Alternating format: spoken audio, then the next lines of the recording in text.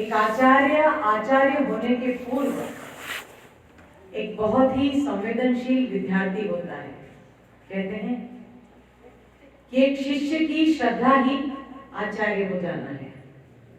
जब तक किसी शिष्य के अंदर परम श्रद्धा उत्पन्न नहीं होगी तब तक आचार्य के होने और नहीं होने का कोई अर्थ नहीं होगा।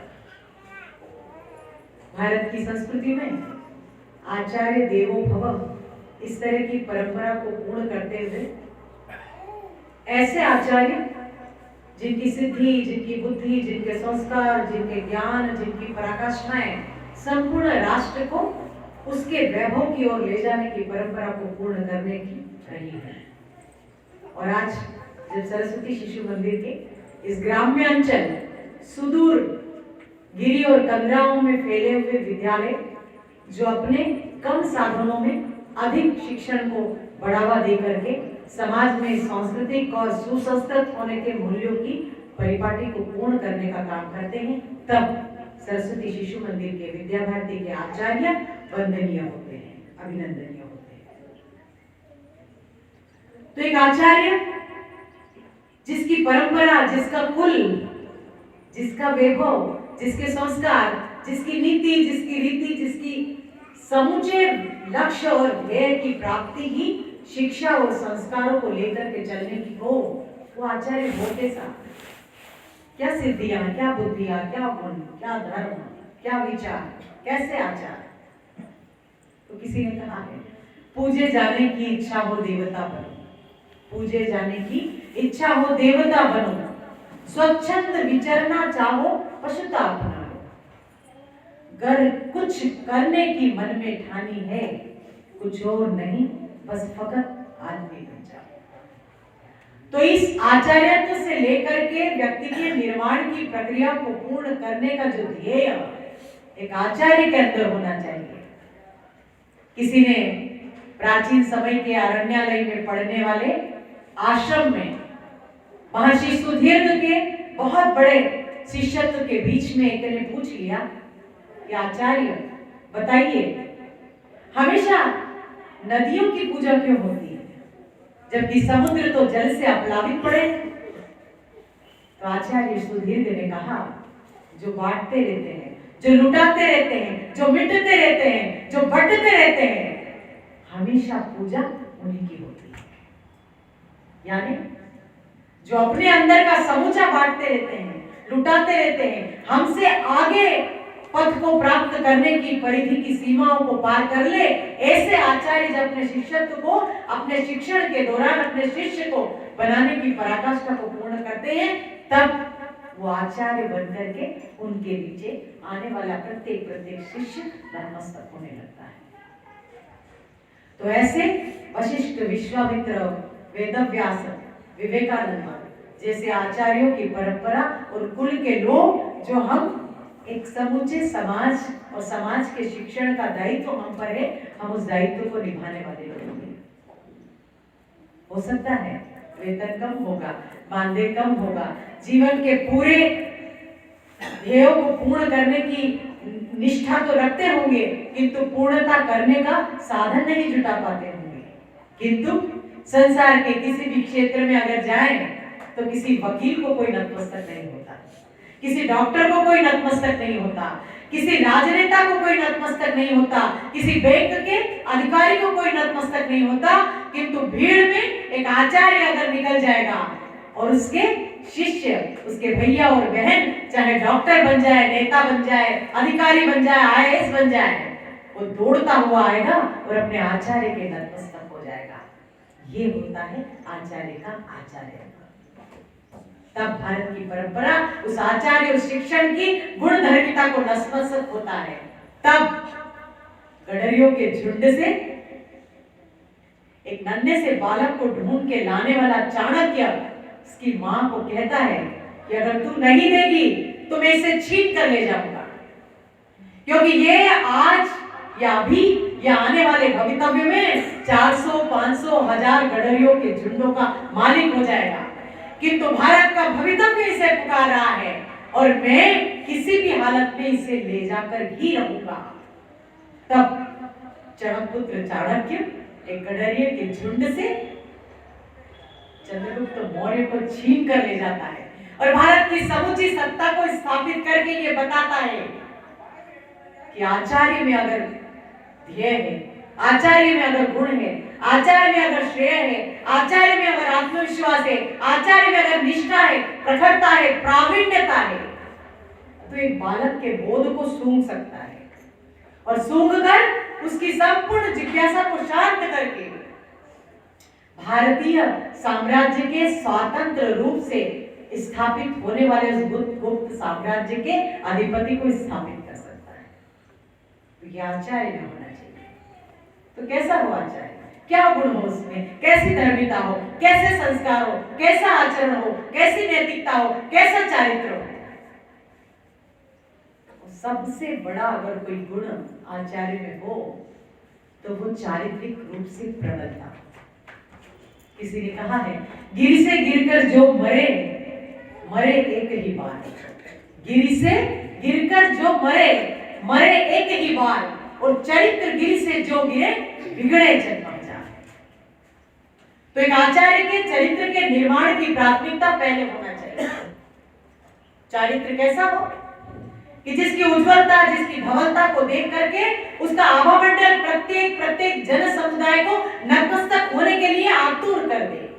उसका विद्यार्थी उसका अनुसरण करे, उसके संस्कृति को, सुसंस्कृतता को, संस्कारों को, शिक्षा को ग्रहण करने के पश्चात गौरव से जहां जाए, जिस जगह पर स्थापित हो, वहां गौरव से कह सके कि पेटलावत के छोटे से ग्राम के विद्यालय में पढ़ा हुआ बालक हूं मैं।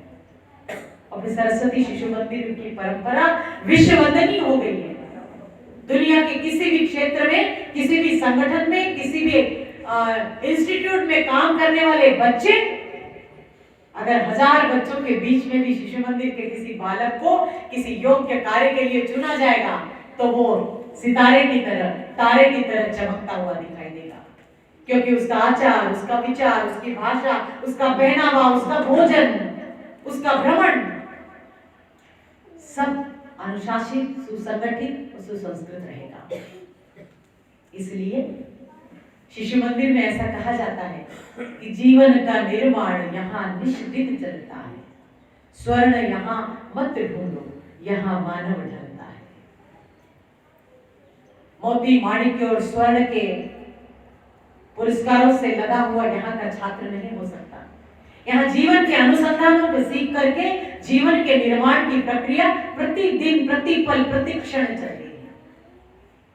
अनुशासन के गीत गाए जाते हैं, समर्पण की साधना की जाती है, समरसता के सहयोगी बीज बोए जाते हैं और प्रखरता से परिवार और विद्यालय के तारतम्य को बिठा के नियमों का निर्वहन और परंपराओं की पूर्णताएं सिखाई जाती है।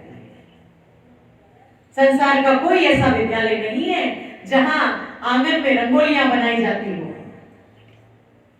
रक्षा के सूत्र बांधे जाते हो, गणगौर के गीत गाए जाते हो, दीपों की आवलियां सजाई जाती हो और परंपराओं की सारी पुण्यता उत्सवों के माध्यम से विद्यालय स्तर पर की जाती है। तो यहाँ के आचार्य गुणी, धनी, श्रेष्ठ, प्रखर, तेजस्वी, ओजस्वी होंगे तो हमारी परंपराएं अपने आप हमारे बालकों के भैया और बहनों के माध्यम से हस्तांतरित होती चली जाएगी।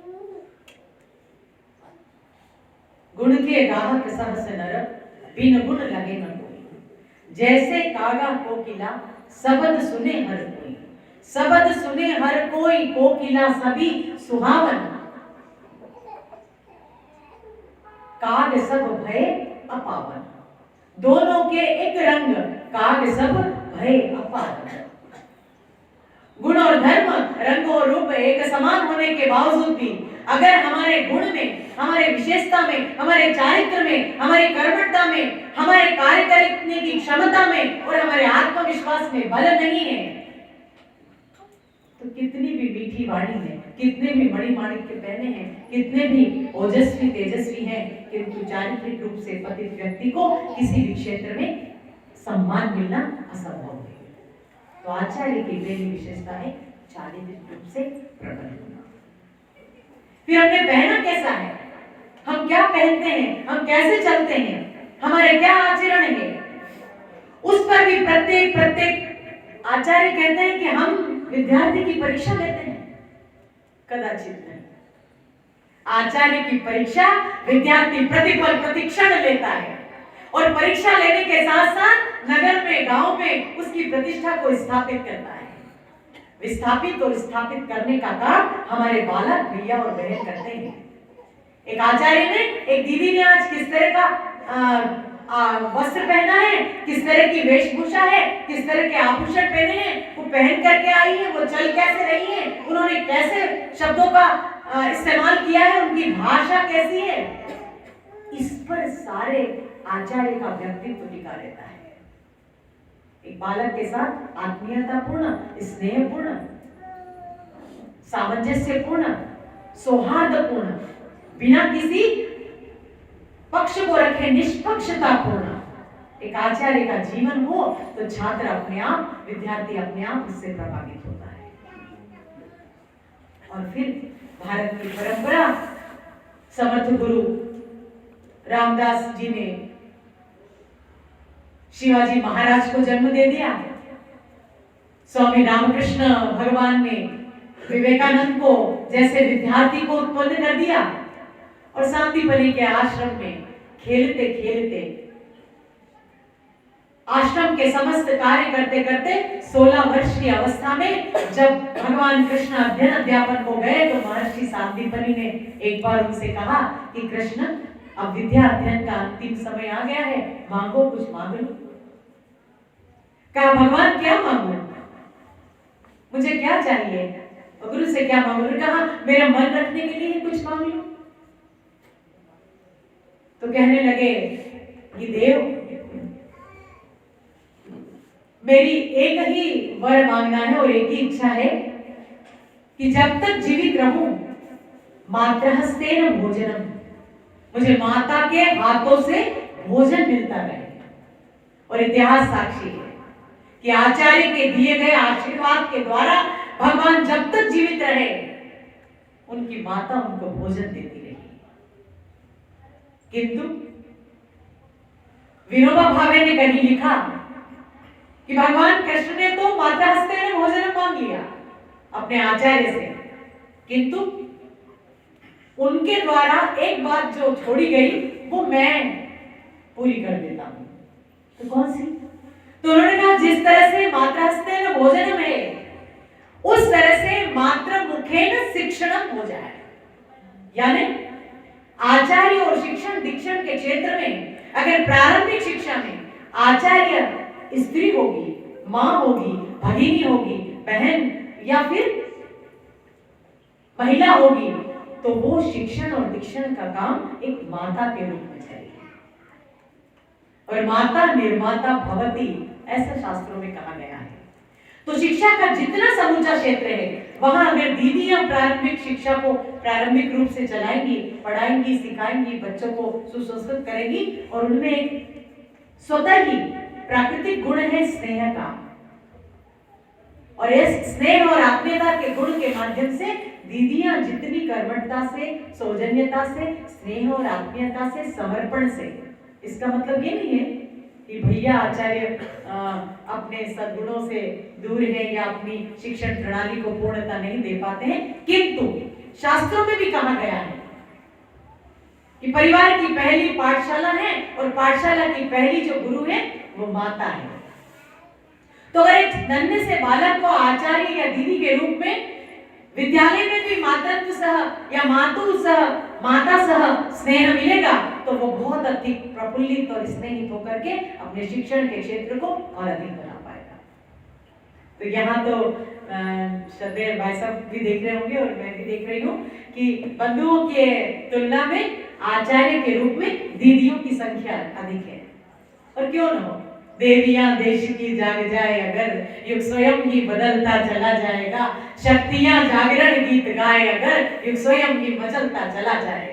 वीर संतान से कोप खाली नहीं, कौन सी आंचल से पालेगा, शक्तियां तेजस्विता अपनाए अगर, युग स्वयं ही बदलता चला जाएगा। तो ये युग की मांग है, ये देश का दर्शन है, ये संस्कृति की पराकाष्ठा है कि देवियां जब जब शिक्षण में, दर्शन में, संस्कृति में, संस्कारों में, समाज में, निर्माण में आगे आई हैं, तब तक शिक्षा तो एक मूल क्षेत्र है और उसमें हमारी प्रारंभिक शिक्षा में भी मातृ शिक्षा को या मातृभाषा को महत्व दिया गया है।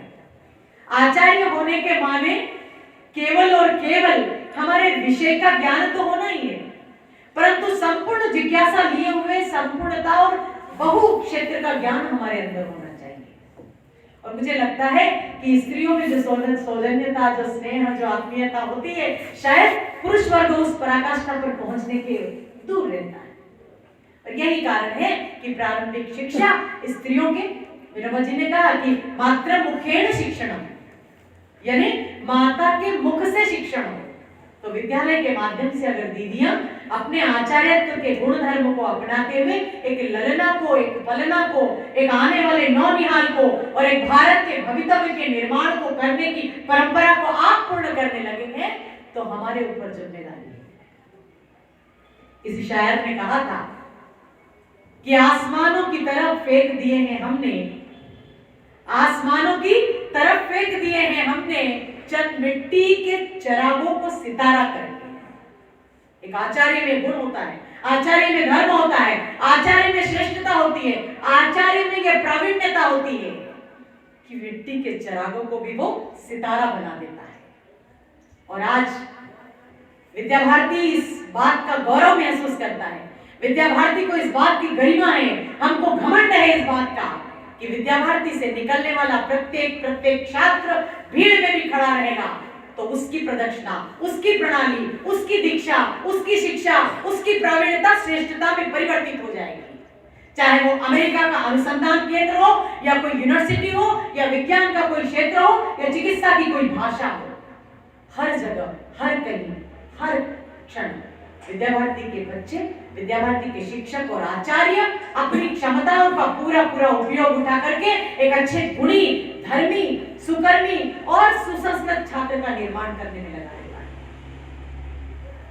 तो चरित्र, अनुशासन, वेशभूषा, भाषा, उसके माध्यम से एक आचार्य अपने संपूर्ण व्यक्तित्व का निर्माण करके भिन्न भिन्न भाषाओं के साथ अपने विद्यार्थियों को तेजस्वी और ओजस्वी बना सकता है। और अनुशासन तो पहली सीढ़ी है।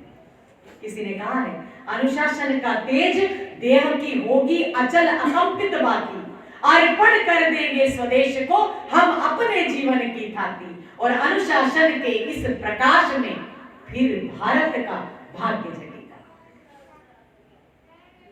तो ये जो विद्या भारती की संपूर्ण शिक्षा प्रणाली है, उसका मुख्य केंद्र बिंदु, मुख्य व्यक्ति अगर कोई है तो वो आचार्य है। भारत की संपूर्ण परंपरा आचार्यों से भरी पड़ी हुई है। हम गुणी, सद्गुणी, सदनिष्ठ, विश्वासी, आत्मविश्वासी, ध्येयनिष्ठ लक्ष्य को प्राप्त करने वाले आचार्यों के बारे में जब पढ़ते हैं तो सबसे रामायण काल में श्रेष्ठ आचार्य आते हैं विश्वामित्र, फिर आते हैं वशिष्ठ, फिर आते हैं वाल्मीकि। ऐसे करके रामायण काल रहा हो कि महाभारत काल रहा हो, आचार्य की परंपरा ने अपने छात्र को, अपने शिष्य को अपने से श्रेष्ठ दिया। संसार में दो ही व्यक्ति ऐसे होते हैं जो अपने से श्रेष्ठता की ओर ले जाने की परंपरा को पुष्ट करते हैं, पहला पिता और दूसरा आचार्य। पिता चाहता है कि मेरा पुत्र और पुत्री मुझसे भी ज्यादा श्रेष्ठ हो जाए, और आचार्य चाहता है कि मैं नहीं, मेरे से भी ज्यादा श्रेष्ठ मेरा शिष्य हो जाए। तभी तो भारत की सत्ता पर चणकपुत्र चाणक्य नहीं बैठे, चंद्रगुप्त मौर्य बैठे। तो वो आता है अनुशासन से, सादगी से, सच्चारित्र से, सदनिष्ठा से, सद्गुणता से। तो इस तरह की परिपाटी को जब पूर्ण करके एक आचार्य अपने जीवन के पद्धति को चलाने लगता है तो वो अपने लक्ष्य को भी प्राप्त कर लेता है। सबसे बड़ी बात यह है कि हम अध्ययन अध्यापन के दौरान विषयगत चीजें तो रखते हैं। पिछले दिनों एनईपी नई शिक्षा नीति 2020 को लेकर के हम लोगों के शासकीय जो प्रशिक्षण होते हैं वो चल रहे थे। तो एक चीज बार बार इस बात पर ध्येय कर रही थी कि एक शिक्षक को क्या करना चाहिए कि एक बालक एक लंबे समय तक उससे जुड़ा रहे, यानी शासकीय भाषा में कहें तो ठहराव। ठहराव आज के समय में बहुत बड़ी स्थिति है, आचार्यों के लिए, शिक्षकों के लिए, शिक्षिकाओं के लिए। कैसे एक बच्चा दौड़ता हुआ आनंदित होकर के विद्यालय की पगडंडियों को पकड़ते हुए, विद्यालय के मंदिर की सीढ़ियों को चढ़ते हुए विद्यालय परिसर में प्रवेश कर ले और उसके आनंद की पराकाष्ठा नहीं रहे, कैसे एक वातावरण निर्माण करें।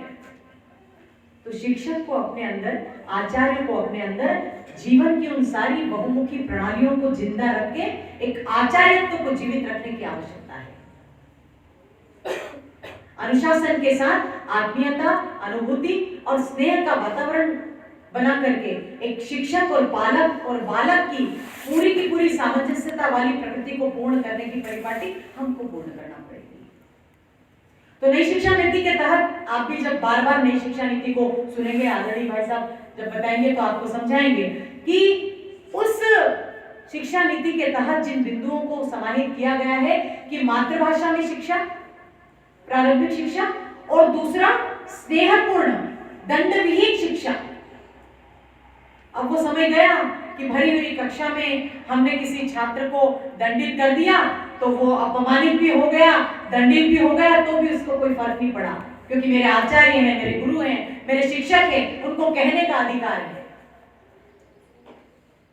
ये नए नजरिए का शहर है, यहाँ हर परिपाटी बदलती रहती है। और आज के परिप्रेक्ष्य में विद्यार्थी का स्वरूप देखें तो उद्दंडी है, उच्छृंखल है, अनभिज्ञ है, उन्मादी है। सरस्वती शिशु मंदिर के बच्चे ऐसे नहीं है, किंतु वर्तमान परिस्थिति में सार्वभौमिक रूप से अगर समझा जाए तो इस तरह के बच्चे ऐसे परिवारों से आते हैं। तो कैसा माहौल हो, कैसी परिस्थितियां हो, कैसा आचरण हो हमारा, कैसी अभिव्यक्ति हो, कैसा व्यवहार हो उनके साथ कि एक बालक लंबे समय तक हमसे जुड़ा रहे। तो एक आत्मीयतापूर्ण वातावरण वाली कक्षा जब निर्मित हो और किसी विषय को लेकर जब हम बात करें, बहुत बार ये होता है एनईपी को जब हम पूरा पढ़ते हैं, नई शिक्षा प्रणाली 2020 को, तो बहुत सारे बिंदु निकल के बाहर आते हैं। उसमें से एक बिंदु जो सबसे ज्यादा प्रिय मुझे लगा वो ये कि कक्ष में जब आचार्य और शिष्य और शिक्षक होते हैं तब होता यह है कि बहुत बार बच्चे गृह कार्य करके ला पाते हैं और बहुत बार नहीं ला पाते हैं। तो अगर हम पूर्व के शिक्षण दीक्षण को देखें तो आक्रामक रूप से हम बालक पर सवार हो जाते हैं और कोई स्थिति, कोई परिस्थिति, कोई समय, उसका बाहरी वातावरण, उसके पारिवारिक वातावरण को देखे बिना हम कुछ भी प्रतिक्रिया कर देते हैं। लेकिन पता नहीं है कि बालक के घर भोजन बना भी है कि नहीं, प्रॉब्लम है, बालक को कोई नहला भी रहा है कि नहीं समय पर, उसको तैयार भी कर रहा है कि नहीं समय पर। तो बालक जब भैया बहन जब विद्यालय में आ गए हैं और विद्यालय की सीढ़ियों को चढ़ करके कक्ष में प्रवेश कर गए हैं, तब हमारा दायित्व होता है कि उसकी मानसिक, शारीरिक सारी स्थितियों को समझते हुए हम उसके साथ सामंजस्य बिठाएं। तो कैसा हो वो सामंजस्य, किस तरह का व्यवहार हो कि एक बालक अपनी विपरीत परिस्थिति में से निकल करके शिक्षण की परिस्थिति में समावेश कर रहा है, तो हमारा व्यवहार उसके साथ कैसा हो। तो अगर वो गृह कार्य करके नहीं आया तो उसको स्नेह भाव से पूछना है कि किया क्यों नहीं है। कोई तो कारण होगा, कोई तो बात होगी, कोई तो स्थिति बनी होगी जिससे वो नहीं कर पाया होगा। तो ठीक है, तुमने नहीं किया है तो मुझे कारण बताओ और आज ही, अभी ही ये कार्य करना प्रारंभ कर दीजिए। बच्चे का नकारात्मक स्वरूप रहेगा, बच्चा उद्दंडी रहेगा, बच्चा और अपने आप में प्रखर होकर के भी कुछ समस्याएं उत्पन्न करेगा, लेकिन हमारे तरफ से किस तरह का व्यवहार जाना है ये हमको निश्चित करना है। फिर हमारी भाषा हमेशा सकारात्मकता की ओर जाएगी। कक्ष भरा हुआ है, आचार्य आया हुआ है, मान लीजिए कोई गणित का प्रश्न चल रहा है, गणित के अंकों पर बात हो रही है, हिंदी भाषा पर बात हो रही है और हमने कोई प्रश्न पूछा, वो नहीं देना है। सबसे पीछे पंक्ति में बैठा हुआ एक छात्र अपने आप को संकुचित और सहमा, डरा हुआ से महसूस करता है और वो पीछे आकर बैठ जाता है। और आचार्य की प्रतिक्रिया क्या होती है? तो हो ही बुद्धू, तुमको आता क्या है, तुम तो यही करोगे, मुझे पता है। किंतु नई शिक्षा प्रणाली के हिसाब से एक बालक के सद्गुणों को विकसित करने के लिए, उसको उत्साहित करने के लिए, उसको और अधिक आत्मविश्वासी और विश्वासी बनाने के लिए आपको उसकी मंदबुद्धिता को भी दूर रख के उसको स्नेह भाव से बताना है कि बेटा आपको ये समझ में नहीं आया है, लेकिन मैं एक बार और आपको प्रयत्न करके समझा रहा हूं, आप इसको समझने का प्रयत्न करेंगे। तो आखिरी पंक्ति पे बैठा हुआ बच्चा भी कहेगा कि मेरे जो आचार्य हैं उनका ध्यान प्रतिपल प्रतिक्षण मेरे ऊपर देता है, केवल अग्रिम पंक्तियों पर बैठे हुए भैया या बहनों पर नहीं रहता है। आप क्या, मैं भी आचार्य हूं, मैं भी एक विद्यालय में शिक्षिका हूं, मेरे श्रीमान जी भी एक बड़े विद्यालय में शिक्षक हैं। हम प्रतिदिन प्रतिक्षण हजारों हजार बच्चों के संपर्क में आते हैं, लेकिन सबकी पारिवारिक स्थिति, आर्थिक स्थिति, उनके गुण धर्म, उनका माता पिता का संतुलन, उनका पारिवारिक संतुलन हमको समझ में नहीं आता है। लेकिन आचार्य का कर्तव्य है कि परिवार से मिलते समय उसकी पारिवारिक, मानसिक, आर्थिक, शैक्षणिक सारी स्थितियों को देख करके एक बच्चे के साथ व्यवहार करे, और यही व्यवहार कालांतर में एक अच्छे नागरिक को जन्म देता है। आप एक अच्छा डॉक्टर बना दीजिए, एक अच्छा वकील बना दीजिए, अच्छा इंजीनियर बना दीजिए, अच्छा नेता बना दीजिए, अच्छा प्रणेता बना दीजिए, जब तक एक आचार्य ने एक अच्छे इंसान का निर्माण नहीं किया, वो किसी भी अच्छे डॉक्टर, इंजीनियर, वकील का निर्माण नहीं कर सकता है। तब कहना पड़ता है सभी कुछ हो रहा है इस तरक्की के जमाने में, मगर ये क्या जब ये आदमी इंसान नहीं होता। और आज के परिप्रेक्ष्य में अगर एक आचार्य को और दीदी को किसी व्यक्ति का निर्माण करना है तो अच्छे इंसान का निर्माण करना है। डॉक्टर, इंजीनियर, वकील बनने के लिए बहुत सारे टकसाल बड़े पड़े हैं, किंतु व्यक्तित्व निर्माण की जो टकसाल है वो परिवार है, माता है, पिता है, परिवार है, और इस तरह के आयोजन हैं, व्यासपीठें हैं, जिनसे व्यक्तित्व निर्माण की टकसालें अपने अंदर निर्माण करके एक व्यक्तित्व को संपूर्ण रूप से प्रस्तुत करती हैं, और वे अपने व्यक्तित्व से समाज को प्रकाशित करते चले जाते हैं। तो एक आचार्य का गुण होना चाहिए कि वो परिवार में भी अक्सर ये पूछा जाता है कि बेटा आप क्या बनोगे,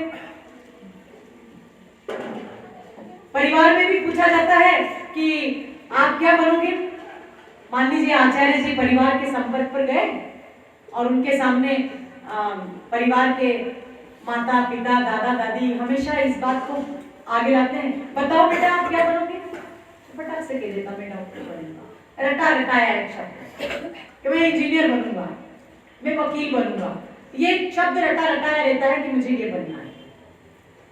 परंतु कभी भी किसी परिवार ने शिक्षा के संस्थानों और आचार्य के गुण धर्मों को मिला करके एक परिवार की पाठशाला में ये निर्धारित नहीं किया कि सबसे पहले मेरा बालक एक अच्छा इंसान बने, उसके बाद उसको जो बनना है बन जाएगा। क्योंकि एक अच्छा इंसान बना तो वो अच्छा डॉक्टर बनेगा, और रात में एक रुग्ण व्यक्ति उसके दरवाजे पर आएगा तो वो जल्दी से दरवाजा खोल करके उसकी रुग्णता को दूर करेगा। एक अच्छा इंसान बन गया तो अच्छा इंजीनियर अपने आप बन जाएगा, और किसी पुल को बनाने में माह के बाद ही वो पुल ढलता हुआ, गिरता हुआ दिखाई नहीं देगा, क्योंकि वो एक अच्छा इंसान बना होता है। एक अच्छा इंसान बन गया तो अच्छा वकील अपने आप बन जाएगा, और कोई भी गरीब और असहाय व्यक्ति किसी केस को लेकर आएगा तो वो उससे पैसों की मांग नहीं करेगा, अपितु सत्य पर आधारित होकर के उसको केस जिताने का प्रयत्न करेगा, क्योंकि अच्छा इंसान बन गया है। यानी इस तरह से कोई नेता हो, प्रणेता हो, प्रशासक हो, अगर उसके अंदर एक अच्छे व्यक्ति का निर्माण हो गया है, अच्छी टकसालों से निकल करके, परिवार की पाठशाला से और आचार्य के गुण धर्म से निकला होगा, तो वो अपनी संपूर्णता को प्राप्त करेगा, और एक अच्छे नन्हे माटी के लोंदे को एक प्रतिमा में परिवर्तित करके, एक पाषाण को ठुकाई पिटाई छिलाई करके एक प्रतिमा में परिवर्तित कर देगा, और वो प्रतिमा परमात्मा में परिवर्तित हो जाएगी, और संसार उसको राम की प्रतिमा की तरह नतमस्तक करने लगेगी। तब भारत का प्रत्येक जनमानस गाएगा कि राम आएंगे तो दीप जलाएंगे। तो आचार्य के गुण एक व्यक्ति के निर्माण में, कहते हैं विध्वंस और निर्माण दोनों एक आचार्य के अंदर खेलता है। वो चाहे तो विध्वंस कर दे, वो चाहे तो निर्माण कर दे। तो ये आपके ऊपर निर्धारित है कि आप निर्माण चाहते हैं कि विध्वंस चाहते हैं। और फिर शिशु मंदिर के आचार्य और दीदियों को ज्यादा पढ़ाने की, ज्यादा सिखाने की, ज्यादा समझाने की कोई आवश्यकता नहीं है। महिमा महान तुम हो, गौरव निधान तुम हो, तुम प्राण हो हमारे, जननी समान तुम हो। तेरे लिए जिएंगे, तेरे लिए मरेंगे, तेरी जन्म जन्म तक हम वंदना करेंगे, हम प्रार्थना करेंगे। जय श्री राम।